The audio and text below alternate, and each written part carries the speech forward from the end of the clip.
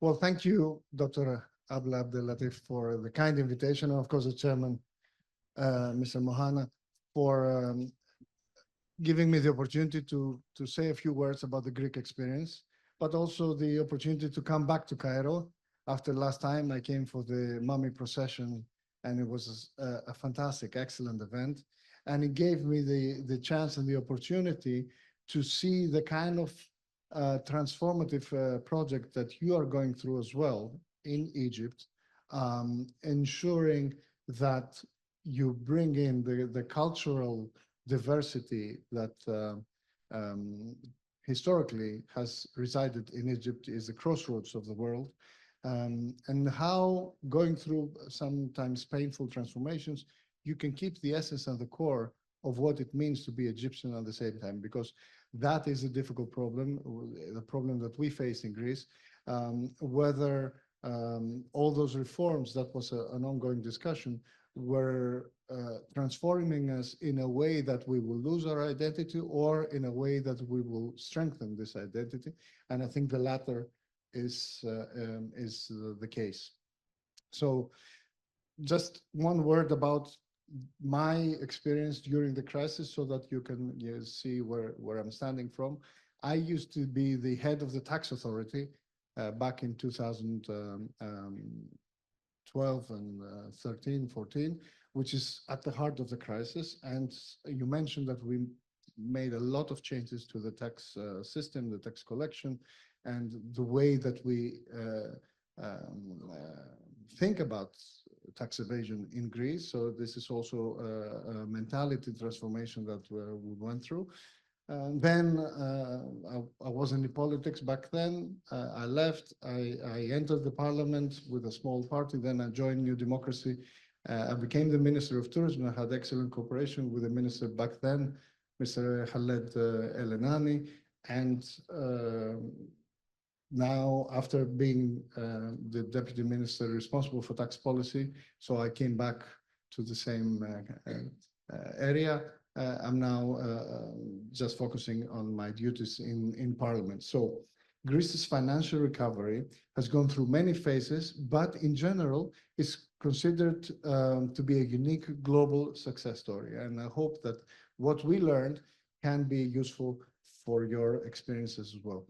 Our country has managed to return to normality after going through difficult phases and a very prolonged dealing with the crisis. Almost 10 years we had to deal with the crisis.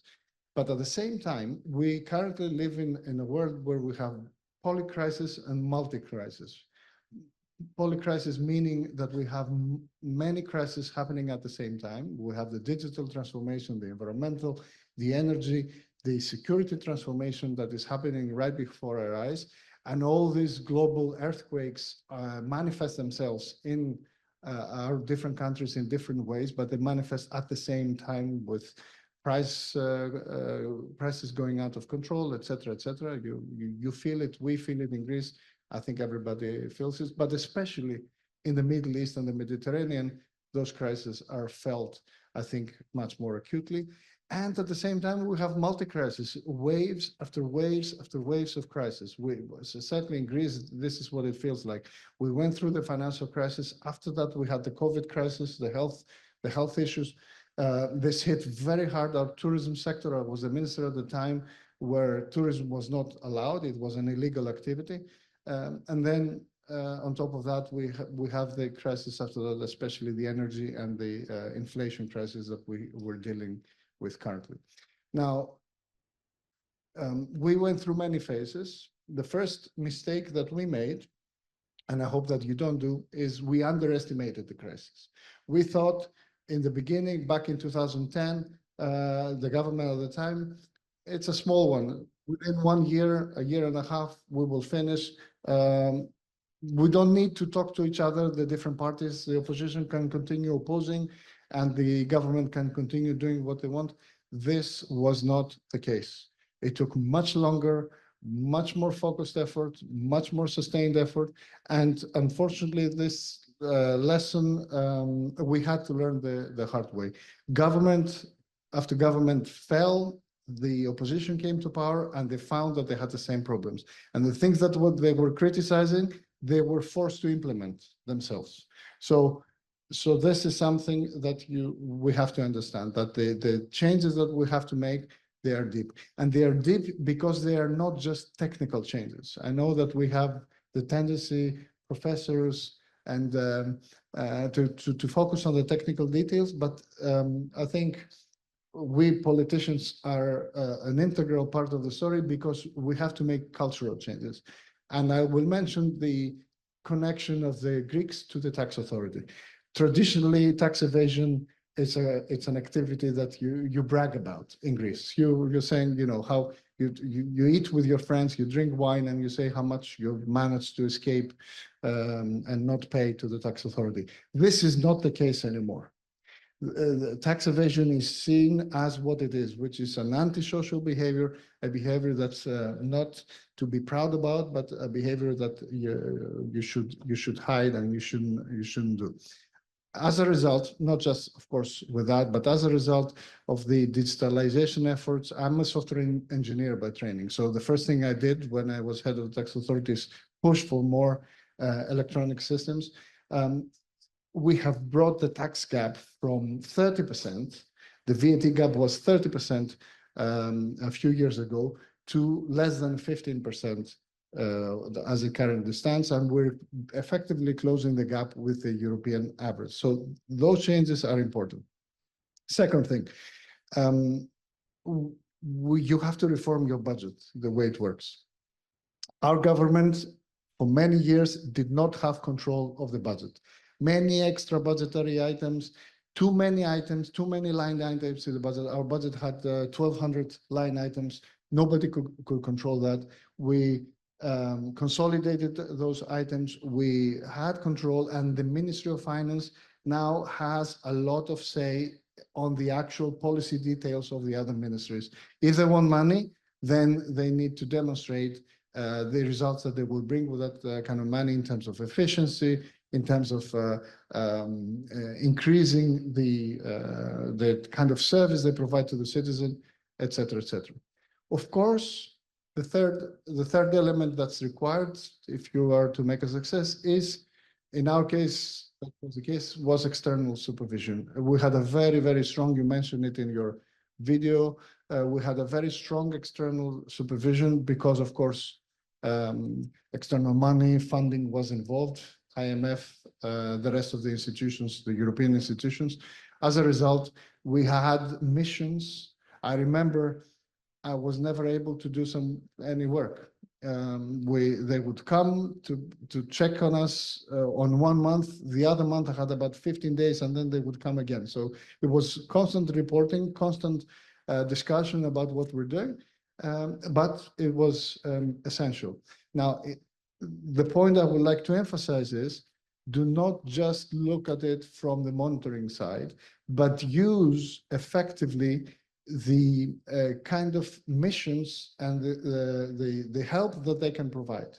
There's a lot of best practices, there's a lot of wealth of information that those institutions can bring with specific missions. We had many, many missions for tax evasion, everything from organizational changes, how to structure our tax authority, what kind of changes we should be doing, how to change our property tax laws, et cetera, et cetera. So use the technical assistance, use those people that can carry a lot of information and in order to be able to do it. So just to not take too much time, what was the end result of all that? The end result is that we started with a huge debt crisis and a huge imbalances, both in our external balance and in our fiscal balance, and many, many problems with the economy. And currently, we have brought down unemployment from the peak of 27% down to less than 10%, so effectively back down to the historical levels it has been. Our external balance has improved greatly. It's not where we want it to be. We still have many issues. There's a lot of investment in the secondary sector, in manufacturing and the industrial sector, which is something that hasn't happened in many decades in Greece. We have gone through many years of deindustrialization, so this is also positive. With the way that we recovered in tourism, our tourism is at its best than it has been. We had a huge problems with COVID, and we managed to recover very, very quickly. With support to the small and medium enterprises, it's very, very important to implement Keynesian-style policies to support the SMEs when the times are tough. Our economy, especially since 2019, we took it with a growth of about 1/4 of the European average, and currently we are 4 to 5 times growing more than the European average. So we have made a huge transformation in that respect, but we still have some way to go, both in terms of judicial reforms and other kinds of reforms that are important to ensure that we have a business activity that is thriving in Greece. So Greece is back. Greece is open for business. Greece is welcoming people from abroad with our golden visa schemes and with investment schemes. A lot of fellow Egyptians. I live in Glyfada, so it's an Egyptian village now. So a lot of people I see every day, and it makes for a much more richer experience and much nicer experience, I think. At least this is my personal point of view.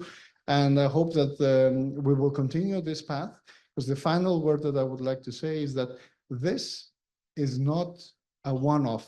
This is not a diet that you go, or a pill that you take and it lasts 2, 3, 4, 5 years, and then you finish and you can continue going back the old ways. No, this is cycles.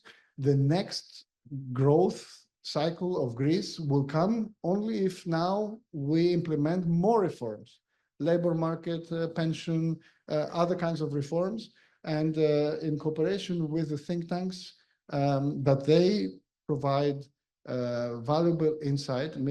Professor Vetas was part of the Pissaridis team, the Nobel-winning economist, created a team that produced a specific recommendation report for Greece in order to modernize our economy and to look at the 21st century with different eyes than the eyes of the crisis. So thank you very much, and I hope in this discussion I can elaborate in whatever else. Well, in terms of the institutional changes and the way the government operates, I think, and this was, in my view at least, well established in Greece, governments were very weak in terms of the cohesion of the policies and looking at the big picture. I think the consensus now is that you need to have a much stronger center, a much stronger Prime Minister's office to coordinate the policies, and a few people, key people within the government that can actually look at the big picture and ensure that all the different policy measures or initiatives that are taken at lower levels make sense. This is something that is not easily understood, because of course ministers, they need to have their independence and the ability to drive the issues that are close to their heart, etc., etc. But at the same time, we need to have coordination. And I think the changes that we've seen, especially with the Mitsotakis government since 2019, where he explicitly created centralized institutions and a ministry for coordination of the different ministries, was a very, very important reform, and it has worked in practice. More and more, we see that the problems are on a global level, of course, and we need to cooperate between governments. But at the same time, within the government, the problems that we need to face are very much interministerial problems. We For example, there's a big discussion in Greece. I'm sure you don't have the discussion in the same terms here about demographics. You mentioned that we lost a lot of people, and we lost 500,000 people, young people in Greece. And we need to rethink about how to reverse the demographic decline. If we don't do anything else, we will be about 8 to 8.5 million in 2060. That means that we have to make a lot of changes, take a lot of policy initiatives in order to ensure that we reverse this decline. You cannot solve that from one single ministry. Even if you create a ministry for family like we did, etc., the policies do not reside in one ministry. Education is important. Fiscally and tax incentives for people to come back, and we have instituted those incentives, and we've seen a return of almost 300,000 people coming back to Greece, people that have left in the previous years. So they work, but they're not enough. You need to have incentives for young families to have kids. You need to provide stability in the economic growth to lower the unemployment, because people will not have families and kids if they cannot afford and they cannot see their future with some kind of predictability. You need to look into the housing crisis and the fact that the prices in Greece, the housing prices are going up and the rental prices are going up. And of course, you cannot have a family if you're 30 and you live with your parents. So you need to move out much earlier than that. So this is one policy area. And I mentioned, 5 or 6 ministries, meaning that a lot of coordination is required if those policies are to be successful. The second thing that I mentioned already is the government has to take back control of its budget. The incentives, at least in the previous decades for Greece, to create extra budgetary items under the radar, hidden costs or hidden pots of funding, etc., is very strong, because that way you avoid the oversight of the Ministry of Finance.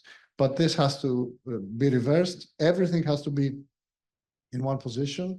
You have to look at the same numbers from different ways. So you have program budgeting, you have green budgeting, you have the normal fiscal budgeting. So you have to look at it from many other ways. And that means that the Ministry of Finance has people referring to it in the different ministries. So you have the special units controlling the budget in the ministries reporting to the Ministry of Finance. So changes to the organizational structure of the ministries, but also technical systems and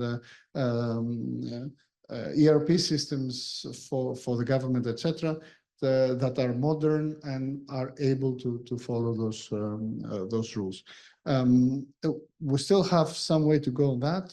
There's a lot of split budget currently. Our hospitals, for example, the personnel costs are in the Ministry of Finance. The rest of the costs are in the Ministry of Health, etc., etc. So in many cases, we still don't have the right picture.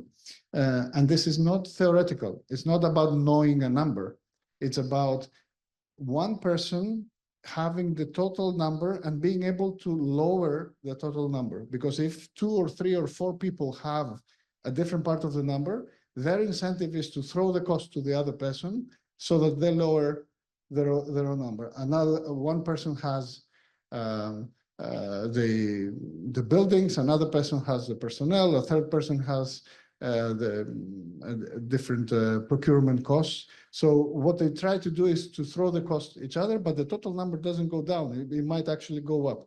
So you don't actually make any real meaningful change. You just have internal fighting, for example, like that. So those are important, and of course KPIs. Those KPIs have to be as transparent as possible. Again, this is not something that's easy to do, because the incentive for the politicians is to hide those KPIs and only show them when they're favorable to what we've done. If they're good, then we show them. If they're not good, we try to put them under the carpet. This is a natural incentive, but this is not the right way to move forward. No, I think you will say more. Both of Yes, you are going you to will say answer that. more on that thing. I'll say one word about the monitoring of the government. For the first time, the Greek government is publishing an annual plan for all the ministries in terms of the investments that they're going to be doing, the kind of reforms they're going to be doing, and the kind of changes in the framework, not necessarily reforms, but wider changes, plus the strategic initiatives that we will take. This is discussed in the cabinet meeting roughly this time, September or October, and it's published, and then in theory, the wider public is able to see how the ministries perform based on that, and whether we have finished or not finished. And there's a biannual in the cabinet meeting monitoring. So roughly we discuss this in May or June in terms of the implementation. So this is how we open up the discussion about those kinds of KPIs. This is the first time it has happened since 2019, and I think is one of the very, very important reforms in terms of government accountability. Yes, this is a very, very important question. The Greek Parliament is very strong in the sense that we have a very diverse parliament, and especially during the crisis. Thank you. Especially during the crisis, a lot of small parties were formed, created. A lot of changes happened because the crisis led to a mistrust of the old parties. As a result, there was a lot of political engineering, new parties coming up, parties dying, etc., etc. I entered the parliament with one of those small new center parties that currently doesn't exist. So it had its life cycle. And this shows that the parliament is very vibrant. It doesn't mean that necessarily the public discourse and the discussion both within and without the parliament is on a level which is sort of coherent and logical, etc. There's a lot of shouting and crying out and a lot of populism. And the discussions are not always framed in a rational way. So this is a constant struggle and a constant fight that certainly the Western democracies have to fight with. We've seen the problems everywhere in the large countries and the small countries. If anything, Greece was ahead of the curve. Excuse my saying, which has a political stance. I'm part of a specific party. But when we were governed in 2015 until 2019 with a very populist party, they soon realized that they could not implement those populist policies. We had Troika and the rest of the institutions sort of controlling a lot of the things that could or could not be done. And as a result, populism has waned, I believe, in Greece more than what we see in the other countries. We see in the rest of Europe an increase in the extreme right-wing rhetoric, which we see, but not in the same extent in Greece. So a parliament, as I said, is strong. Currently, we're going through a crisis in the opposition. In Greece, the opposition has many problems and is trying to regroup itself. And at the same time, this has led to the governing parties, members of parliament, my colleagues in parliament, being much looser because they feel that they can voice their concerns and their opposition. So as a result, we have opposition within the government party, within the party. So this is a strange situation, but all in all, it means that we have a very strong leader in Kyriakos Mitsotakis, not a lot of discord within the parliament, and we are largely able to implement our reform program. Regional development for Greece is a big problem. We have half the population living in Athens, and if you count Thessaloniki as well, which is the second largest city, two cities, more than half, 55% of the population live there. As a result, there's not a big regional development. Now, Greece is a small country, so decentralization is important in terms of the decision making, but not crucial in the same sense that it is in bigger countries. We have also tourism that mitigates the problems of regional development. The only areas that have seen a population growth in the last census is the islands because of tourism. So tourism has created a lot of movement of population and a lot of growth in terms of births in the population of the islands because they can sustain the livelihood through tourism. So it's important that economic development goes hand in hand with that. But we're still some way in finding a solution to that problem. I believe there's a discussion since the 80s in terms of consolidation versus decentralization in Greece, and it's been framed as a sort of right-wing versus left-wing policies. I believe that we need a new synthesis, and we need to decentralize a lot of the decision-making, but at least for Greece, we need to centralize a lot of the implementation, because we see that a lot of the municipalities, they're too small and they cannot implement the things that they want to do. For example, water management, waste management, etc. We need to move the implementation up in the value chain, but at the same time, we can lower down the decision making. So the municipalities can decide what kind of roads they want to build and where, but then the road authority can be higher up, implementing those decisions in a much more efficient way. So you can keep the efficiency of the centralized system and the diversity of the decision making of the local. But this is a new synthesis that we're not there yet. Yes, this is a very, very important question. The Greek Parliament is very strong in the sense that we have a very diverse parliament, and especially during the crisis. Thank you. Especially during the crisis, a lot of small parties were formed, created. A lot of changes happened because the crisis led to a mistrust of the old parties. As a result, there was a lot of political engineering, new parties coming up, parties dying, etc., etc. I entered the parliament with one of those small new center parties that currently doesn't exist. So it had its life cycle. And this shows that the parliament is very vibrant. It doesn't mean that necessarily the public discourse and the discussion both within and without the parliament is on a level which is sort of coherent and logical, etc. There's a lot of shouting and crying out and a lot of populism. And the discussions are not always framed in a rational way. So this is a constant struggle and a constant fight that certainly the Western democracies have to fight with.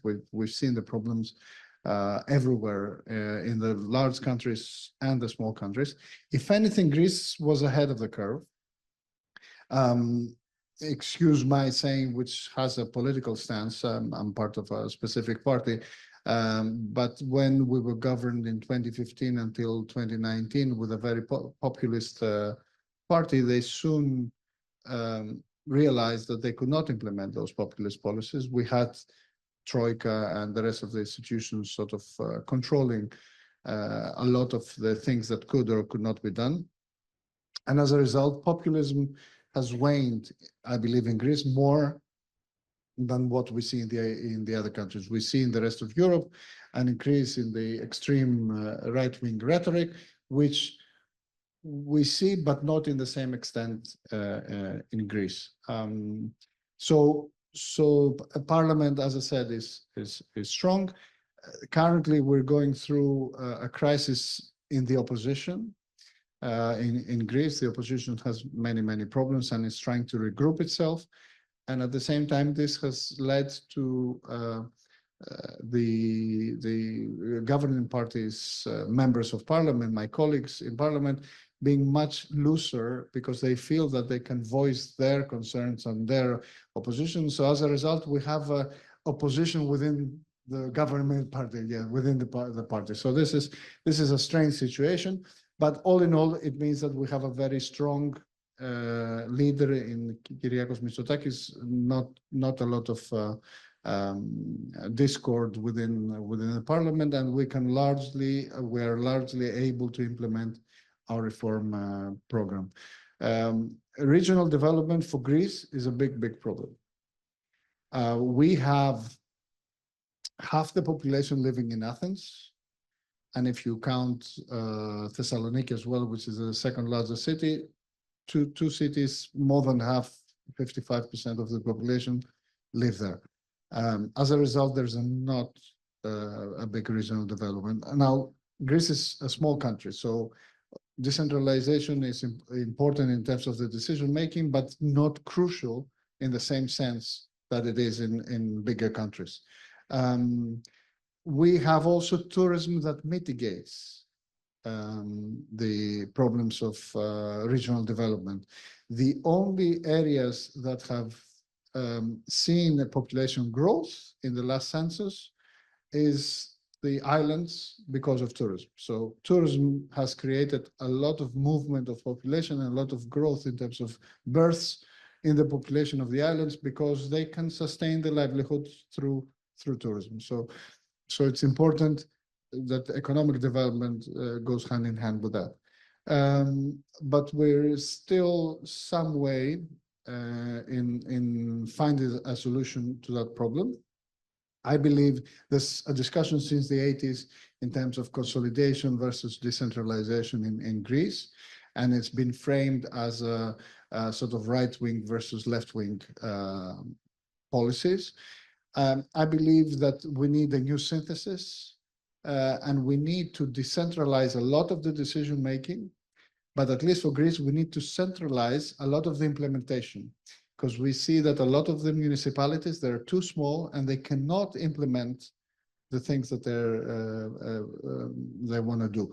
For example, water management, waste management, etc. We need to move the implementation up in the value chain, but at the same time, we can lower down the decision making. So the municipalities can decide what kind of roads they want to build and where, but then the road authority can be higher up, implementing those decisions in a much more efficient way. So you can keep the efficiency of the centralized system and the diversity of the decision making of the local.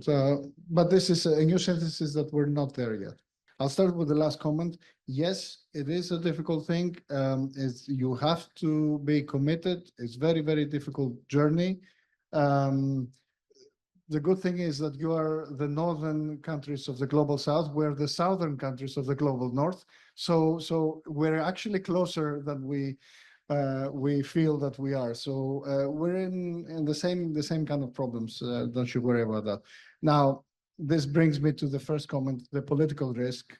In reality, this was very, very strange and very difficult. I think the Greek people showed a lot more resilience in terms of withstanding the austerity measures and the difficult measures than people would give them credit for. I remember Paul Krugman commenting at that time on the Greek crisis, and he was certain the Greek people would demand leaving the euros in order to get out of the straitjacket of the euro, and this never materialized. And he comes back now and says, I underestimated the ability of the people to withstand, to understand and withstand those kind of problems. The shift in terms of, I'll refer to both questions, the shift in terms of culture happens very, very quickly during an acute crisis.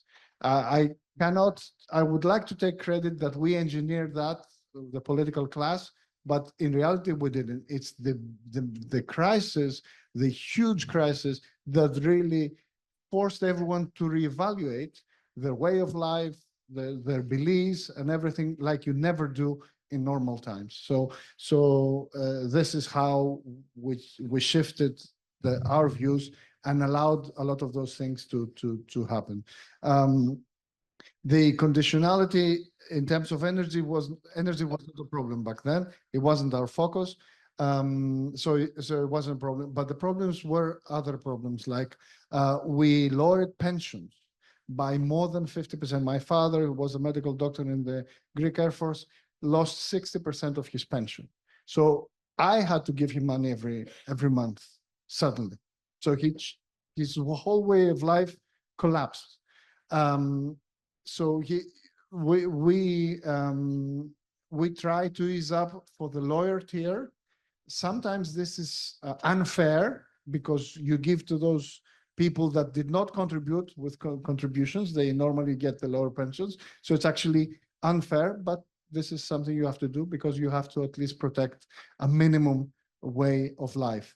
The numbers in terms of debt, we started with debt around 120, 130%. That's when the crisis started.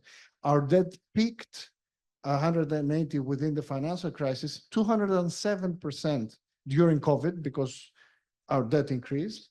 We lowered debt since 2020, the peak 207 to today, 45 percentage points in 4 years. That's more than 10, 12% per year.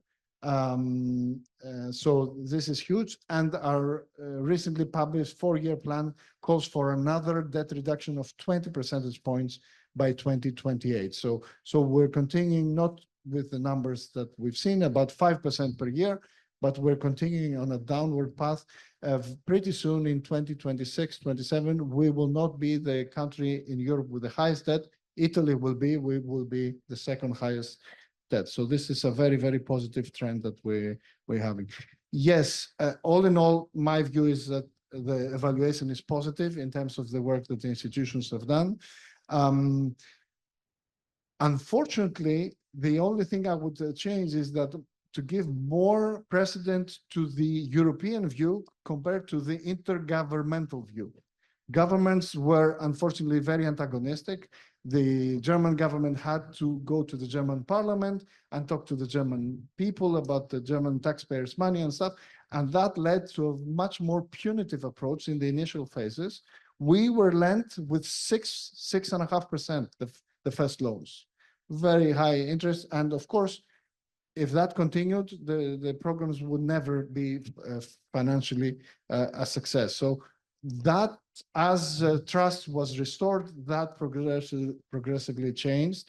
And I think the Greek public has a much more balanced view, not necessarily a positive view, much more balanced view in terms of what with this. And a final word about the last comments. So I already answered whether the whole thing was about strangling. The Greek decision-making was still there within the confines of the fiscal space that we had. So we could do roughly what we wanted to do, but we had two constraints. One, we had to prove that this was effective compared to our goals. So we couldn't just do whatever came up to our mind. And of course, we had a very specific fiscal envelope that we could work with.